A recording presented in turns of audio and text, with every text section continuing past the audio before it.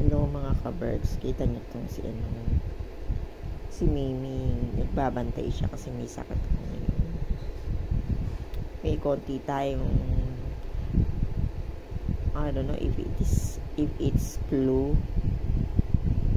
Mas masakit yung katawan, tapos ito may sipon, ganyan. Alam mo, sabi ko sa kanya, di ka lumabas ka na. Ayaw niya lumabas. Dito lang siya beside me. Every time po na nagkakasakit kami, tumatabi siya. Ganun pag mayroong may sakit, gusto niya patabi siya. O nung nandun ako sa Manila na talagang meron din ako sakit, nandun din siya sa taas.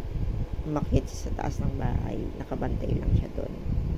Siguro po napipil nila, nasa-sense nila may sakit yung mga nila, yung owner, yung mga kasama nila sa bahay. Thank you, Puti, for being with me. Love you.